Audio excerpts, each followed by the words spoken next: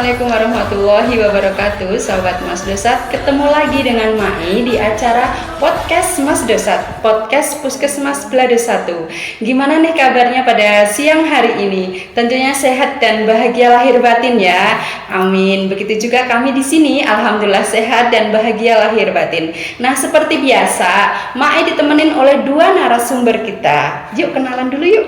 Yang pertama adalah Dr. Intan Rosa dan biasa dipanggil dengan Dokter Ocha. Beliau ini adalah dokter intensif di Puskesmas Belado 1. Halo Dokter Ocha, halo. Apa kabarnya siang hari ini? Alhamdulillah baik. Baik ya, bahagia ya. Alhamdulillah bahagia. Dan narasumber kita yang kedua adalah Mbak Dwike Ayu Probowati. Beliau ini adalah petugas gizi di Puskesmas Belado 1. Biasa dipanggil dengan Mbak Ike. Ingat ya, halo Mbak Ike. Apa kabarnya nih siang hari ini? Baik. Sehat ya, kelihatan dari wajah-wajah mereka berdua ya, Sobat Mas Dosat. Bahagia banget kalau ketemu Mai. Pada podcast kali ini, Mai, kita mau ngobrolin tentang intervensi serentak pencegahan stunting di wilayah Puskesmas Belado 1. Mestinya Sobat Mas Dosat pada kepo dong, pengen tahu apa sih itu intervensi serentak pencegahan stunting dan ngapain juga harus dicegah-cegah gitu.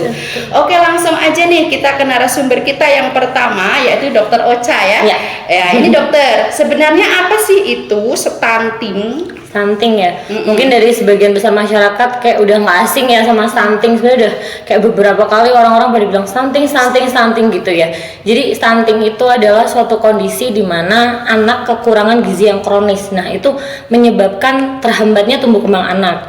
Nah, terutama yang paling kelihatan ya itu tuh kayak tinggi badan ya. Jadi tinggi badan anaknya itu yang terkena stunting itu jauh lebih pendek dibandingkan tinggi badan anak seusianya. Nah, biasanya stunting itu disebabkan karena salah satunya ya asupan gizi yang kurang, dan itu dalam jangka waktu yang lama. Dikatakan kan tadi kekurangan gizi yang kronis ya. Kronis itu dalam jangka waktu yang lama. Nah, ini yang perlu ditekankan adalah terutama pada 1000 hari pertama kelahiran atau pada golden period ya, periode emas dari masa kehamilan sampai anak itu usia 2 tahun atau bahkan malah sebelum ibu itu mengandung, itu stunting bisa kepengaruh ya. Terus bisa jadi waktu ibu masih remaja itu juga masih ada pengaruhnya gitu ya. Terus stunting ini tidak hanya menghambat dari pertumbuhan aja, tapi dari perkembangan kognitif. Jadi misalnya kayak ada organ dalam ya yang kena karena stunting ini. Contohnya seperti otak. Jadi otak itu pada orang yang atau anak yang terkena stunting, dia nanti akan perkembangannya tidak optimal. Jadi kayak menghambat ya, memperlambat dari perkembangan atau terbentuknya dari otak itu sendiri. Akhirnya nanti waktu dewasa jadi kayak rentan untuk anak ini memiliki keterbatasan ya waktu belajar atau keterbatasan dia bekerja, kemampuan dia beradaptasi, sosialisasi dan sebagainya. Dan itu bisa berpengaruh pada potensi kinerja nanti ketika dewasa, seperti itu. Oke. Apakah sebenarnya stunting itu hanya dari gizi aja atau bagaimana? Silahkan dokter. Jadi penyebab stunting itu sudah banyak ya, dan salah satunya tadi ya karena gizi. Jadi gizi ini tidak hanya dari anak aja, tapi dari ibu juga. Yang pertama kan dari anak ya, asupan gizi yang kurang tadi, kekurangan gizi yang kronis dalam jangka waktu lama, terutama 1000 hari pertama kelahiran. Kemudian mungkin ada anak-anak yang tidak diberikan ASI eksklusif ya selama 6 bulan. Kadang ada yang dikasihnya cuma 5 bulan, ada yang 4 bulan kayak udah dikasih pisang dan segala macam. Padahal itu anak belum membutuhkan. Kemudian MPASI-nya udah lebih dari 6 bulan tapi nggak bervariasi. Jadinya kayak protein, mineral, vitamin gitu tuh nggak kayak terpenuhi gitu ya di anaknya, jadinya tetap kurang. Kemudian dari ibunya selama kehamilan atau sebelum hamil malahan ibunya ini gizinya gimana? Kalau semisal kurang kan akhirnya dia bisa beresiko untuk melahirkan nanti adiknya itu berat badan lahir rendah ya atau BLR ya. Nah, itu akan beresiko terkena stunting juga. Terus dari masa hamil juga dia konsumsi obat tablet tambah darah apa enggak? Karena takutnya kan ada anemia gitu ya. Asam folat ya, vitamin-vitamin yang diberikan oleh tenaga kesehatan itu juga perlu untuk ibu hamil. Kemudian dari sanitasi ya, kita ketahui ya kalau air bersih gitu kan harus dimiliki oleh semua masyarakat untuk menunjang apakah orang ini higienitasnya bagaimana. Selagi higienitasnya dia buruk atau sanitasinya kurang baik, itu akan menyebabkan nanti adanya penyakit atau ada infeksi. Nah, apabila terdapat ada infeksi berulang seperti diare, kemudian infeksi saluran pernafasan gitu ya, atau infeksi lainnya, itu akan menyebabkan anak ini penyerapan nutrisinya terganggu, akhirnya dia nggak optimal dan bisa memperburuk dari status gizi anak tersebut gitu. Oke. Gini dokter, stigma di masyarakat kita itu kan kadang ada ya, kalau kita ngomong ke masyarakat, kebetulan ibunya kecil, bapaknya kecil gitu, kadang mereka jawabnya gini, ya udah wajar lah Bu, ibunya kecil, bapaknya kecil, terus anaknya ya kecil. Itu sebenarnya gimana dokter? Sebenarnya nggak melulu ya untuk tinggi badan anak itu terpengaruh dari orang tua. Sebenarnya emang ada ya untuk tinggi badan anak itu terpengaruh dari dewasa, tetapi itu hanya tidak semuanya, kayak hanya kecilnya saja. Jadi perlu adanya pencegahan untuk terjadinya stunting ke depannya. Kalau misal dari orang tuanya udah tinggi badannya kurang tinggi ya, udah mungkin dulu kecilnya dikatakan stunting gitu, untuk resiko terkenanya ke anak memang besar, tetapi bisa dicegah. Jadi ada beberapa pencegahan ya untuk mencegah anak tersebut terkena stunting. Tapi perlu diketahui juga untuk pencegahan atau untuk perbaikan dari anak yang mengalami stunting itu perlu telaten, intervensi yang intensif, benar-benar harus ada dukungan keluarga juga untuk kita melewati fase kritis si stunting itu sendiri gitu. Oke, jadi sebenarnya bisa dicegah bisa, ya dokter? Bisa. Upaya pencegahannya dokter apa aja? Upaya pencegahan ya, jadi kayak tadi ya, karena ada problemnya yang kurang gizi segala macam, jadi upaya pencegahannya yang pertama tetap kita harus perbaikan dari gizi anak, gizi ibu ya. Ibu selama kehamilan harus mendapatkan nutrisi yang baik ya. Kemudian vitamin-vitamin tadi ya dikonsumsi, kemudian tablet tambah darah itu penting banget. Asam folat juga penting untuk perkembangan saraf nantinya, terutama otak gitu ya. Kemudian untuk anak diberikan ASI eksklusif selama 6 bulan ya, jangan dikurangi ya. Pokoknya 6 bulan ya. Iya, nggak dapat diskon. Pokoknya 6 bulan ya. Kemudian setelah 6 bulan nanti diberikan MPASI ya. Nanti divariasi aja. Boleh pakai protein hewani terutama ya diberikan ya. Itu untuk protein, mineral dan juga vitaminnya agar ternutrisi dengan baik. Kemudian dari tadi sanitasi ya, air bersih, akses air bersihnya harus punya. Jadi untuk minum, untuk kebersihan sehari-hari itu air bersih harus ada. Kemudian dari toilet. Nah, toilet ini kan biasanya kan sarang infeksi ya, karena di situ banyak kuman dan sebagainya gitu ya. Jadi harus dipastikan bahwa toiletnya ini layak dan aman atau tidak gitu. Dan juga ini perilaku hidup bersih dan sehat, cuci tangan. Nah, ini pada rajin cuci tangan apa enggak ya? Lupa tuh. Nah, cuci tangan plak aja gitu. Betul. Nah, sebelum makan, sesudah makan ya, ke kamar mandi itu cuci tangan. Bagi ibu-ibu yang menyusui itu juga harus cuci tangan ya sebelum menyusui adiknya. Nanti takutnya kan ada kuman yang masuk juga. Jadi emang rajin cuci tangan menggunakan sabun dan juga air yang mengalir seperti itu. Kemudian selain itu juga ada rajin ke posyandu bagi ibu hamil. Itu ada minimal pemeriksaan tuh ada 6 kali ya. 2 kali untuk yang dengan dokter, kemudian ada 4 kali yang dengan bidan ya. Minimal ya. Gitu. Boleh lebih ya, minimalnya 6 kali. Jadi nanti untuk yang dokter itu ada 2 USG juga. Jadi yang pertama di trimester awal ya, USG pertama, kemudian yang terakhir juga diberikan USG. Nah, itu dilakukan agar mengetahui perkembangan adiknya itu gimana gitu ya.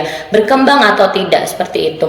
Kemudian posyandu tadi ibu hamil juga ya dicek lilanya ya. Kemudian berat badannya bagaimana, tinggi badannya bagaimana seperti itu. Untuk adik juga posyandu itu diberikan vitamin-vitamin juga.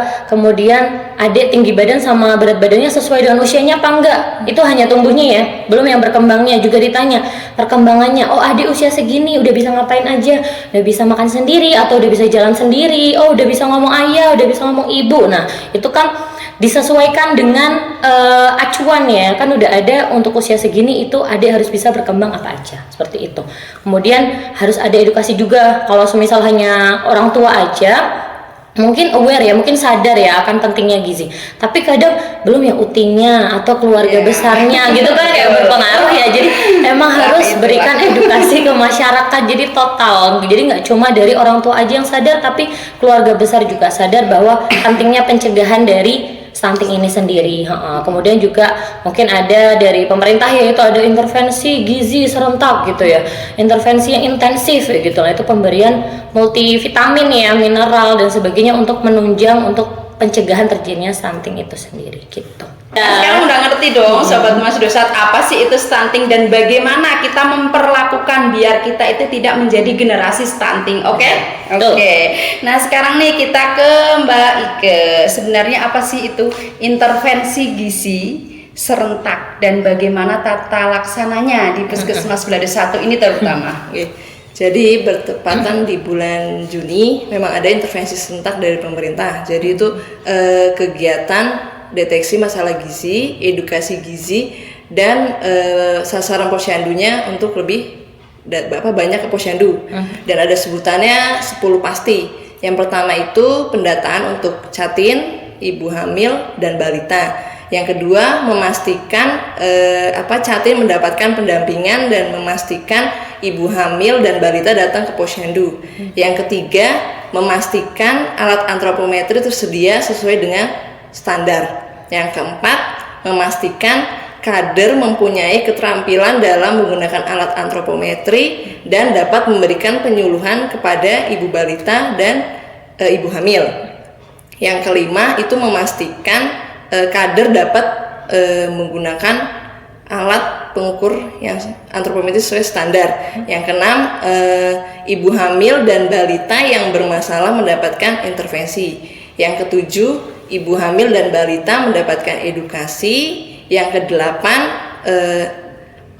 pengukuran dan penimbangan di entry ke aplikasi EPPGM pada hari sama saat posyandu. Yang kesembilan, adanya monitoring dan evaluasi dari kegiatan intervensi serentak.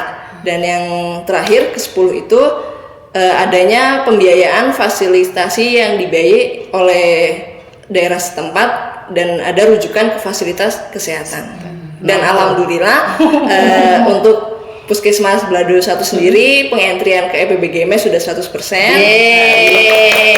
Terima kasih kepada ibu-ibu kader dan ibu bidan yang sudah mengentri dan Kabupaten Batang sendiri alhamdulillah juga 100%. Luar biasa ya. Ternyata selama ini kita taunya terutama yang emak-emak nih bawa anaknya ke posyandu, ya udah bawa aja ke posyandu ditimbang sama bu kader di ini itu terserah aja lah bu kader gitu ya. Ternyata begitu seriusnya pemerintah untuk menangani pencegahan stunting ini. Sampai dibuatkan 10 pasti yang tadi tirik-tirik itu. Nah, jadi jangan disepelekan ya emak-emak terutama nih. Bapaknya juga ya, jangan lupa dukung selalu dong untuk pencegahan stunting, untuk kesehatan anaknya gitu ya. Nah gini Mbak Ike, kalau yang namanya penimbangan, pengukuran di posyandu itu kan udah biasa lah itu di seluruh Indonesia juga ada gitu. Nah kita nih punya inovasi nggak di Puskesmas Belado 1 ini yang membedakan dari gerakan penimbangan yang rutin itu, kita punya inovasi nggak nih? Kalau inovasinya biasanya disebutnya dengan Bambang Tilang. Oh, Bambang Tilang. Bambang nih lucu ya namanya ya. Bayi ditimbang stunting hilang. Mungkin cara kerjanya masih sama Bu, sama setiap bulannya. Jadi balita diukur berat badannya, tinggi badannya, terus sekarang kan ditambah dengan lingkar kepala, lingkar lengan, dan sekarang harus di entry ke aplikasi EPPGM. Terus juga ada program tambahannya juga dalam pemberian PMT untuk balita gizi kurang dan ibu hamil kek. Dan lama pemberiannya itu untuk balita gizi kurang 56 hari dan yang ibu hamil kek selama 120 hari. Itu berbasis pangan lokal. Oke. Jadi serius banget kan ya pemerintah kita. Sampai kita di Puskesmas Belado 1 juga punya inovasi loh, namanya Bambang Tilang. Ingat-ingat ya Mas Bambang, jangan ditilang tapi Bambang Tilang gitu ya. Nah sebelum kita sudahi obrolan kita, barangkali ada pesan untuk Sobat Masdosat semua nih, silakan Dokter Ocha dikasih pesan gitu. Untuk Sobat Masdosat ya, jadi stunting ini tidak hanya tentang tinggi badan, tetapi tentang masa depan bangsa ya. Jadi anak-anak ya, ketika anak-anak tumbuh dengan sehat dan kuat, maka ia akan meraih mimpinya dengan mudah dan menciptakan suatu perubahan ya, siap untuk memberikan perubahan ya. Nah jadi mari kita bersama-sama memastikan setiap anak akan mendapatkan gizi yang baik, lingkungan yang bersih, dan dukungan yang penuh kasih. Jadi jadikan 1000 hari pertama kehidupan menjadi prioritas kita, dan mari bersama-sama mewujudkan generasi yang lebih sehat, cerdas, dan sejahtera. Oke, terima kasih. Mbak Ika, barangkali ada pesan? untuk bunda-bunda yang mempunyai anak usia 0 sampai 59 bulan, jangan lupa nggih untuk setiap bulan selalu datang ke posyandu, selalu pantau tumbuh dan kembang anaknya. Nah, itu Sobat Masdosat. Jadi kita tadi udah ngobrolin tentang stunting ya. Jadi kesimpulannya bahwa stunting itu tidak hanya tentang masalah tinggi badan ya. Dan stunting bisa dicegah. Stunting juga bisa merubah kehidupan anak-anak kita, bisa merubah masa depan bangsa kita. Maka dari itu, mari bersama-sama cegah stunting. Jangan abaikan itu stunting, jangan abaikan gizi, dan jangan abaikan pola hidup sehat. Oke? Oke, nah itu tadi obrolan kita pada siang hari ini. Jangan lupa kalau sahabat Masdosat kepo tentang masalah kesehatan, bisa kok kepoin Instagram dan Facebook di Puskesmas Balado 1 ya. Ini nanti di bawah ini ada, dan yang lebih emak tunggu, jangan cuman kepo aja tapi di komen, like dan subscribe. Oke, Sobat Masdosat, mungkin sampai di sini dulu obrolan kita pada siang hari ini. Kami semua mohon maaf bila banyak kekurangan dan kesalahan ya. Wassalamualaikum warahmatullahi wabarakatuh.